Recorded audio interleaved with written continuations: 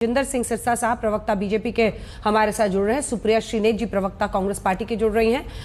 अनुराग भदौरिया जी जुड़ रहे हैं प्रवक्ता समाजवादी पार्टी के। एमएस खान साहब राजनीतिक विश्लेषक के तौर पर, बीएसपी के समर्थक के तौर पर। धीरेन्द्र कुमार प्रवक्ता एलजेपीआर के हमारे साथ जुड़ रहे हैं। जिंदर सिरसा साहब, सबसे पहले आपकी पार्टी की तरफ से समझना चाहेंगे कि आप लोगों को किन बिंदुओं पर चोट है, क्योंकि सबसे ज्यादा सिख समुदाय का उन्होंने अपमान किया है, इसीलिए पहले हरदीप पुरी साहब बोले, फिर मनजिंदर सिरसा साहब सामने आए हैं।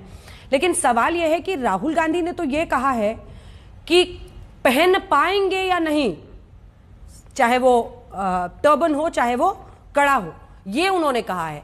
ऐसा हो रहा है क्या? उन्होंने ऐसा कहा है? कौन कौन से बिंदुओं पर आप लोगों को आपत्ति है? नहीं, हमारी अंजना जी यही आपत्ति सबसे बड़ी है कि आप एक कम्युनिटी के खिलाफ, एक विशेष धर्म के खिलाफ ऐसी नफरत भरी बात बोले हैं कि भारत के अंदर किस चीज़ लड़ाई चल रही है। अब मैं तो दिल्ली में रहता हूँ, देश में हर जगह जाता हूँ, कल भी जम्मू में होगा, देश के हर कोने में घूमता हूँ। मैंने उस लड़ाई को नहीं देखा जहाँ कहाँ वो लड़ाई चल रही है, जहाँ पे सिखों की पगड़ी उतर रही है और कहा जा रहा हो कि तुम पगड़ी नहीं पहन सकते, जहाँ उनके ककार उतर रहे और कहा तुम नहीं पहन सकते, और उनको गुरुद्वारे में जाने से इनकार किया जा रहा हो।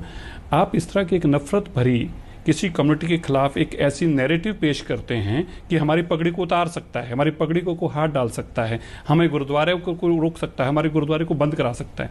अंजना जी, मैं आपको दो उदाहरण देना चाहता हूं आपकी जानकारी के लिए। देश के अंदर एक ही बार गुरुद्वारे बंद हुए थे। गुरुद्वारा रकाबगंज साहब को इंदिरा गांधी ने ताले लगवाए थे और तब अकाली दल ने आकर दिल्ली में प्रदर्शन किया था। तकरीबन 15,000 सिख तिहाड़ जेल में बंद हुए थे और फिर दिल्ली सिख गुरुद्वारा मैनेजमेंट कमेटी का एक्ट बना, जिसके मुख्य सेवादार अध्यक्ष के रूप में मुझे भी सेवा करने का मौका मिला। मेरा कहना है कि जिस पार्टी ने हमेशा से ही सिखों के साथ इस तरह का व्यवहार किया हो, गले में टैर डालकर आग लगाएं, फिर उसको जस्टिफाई करें देश के प्रधानमंत्री मंच पर खड़े होकर और ये कहें कि बड़ा पेड़ गिरता है, ये जस्टिफिकेशन दें कि हाँ तुम्हारा मरना जायज है, और फिर हमारे कातलों को संरक्षण दें, उनको मंत्री बनाएं, मुख्यमंत्री बनाएं।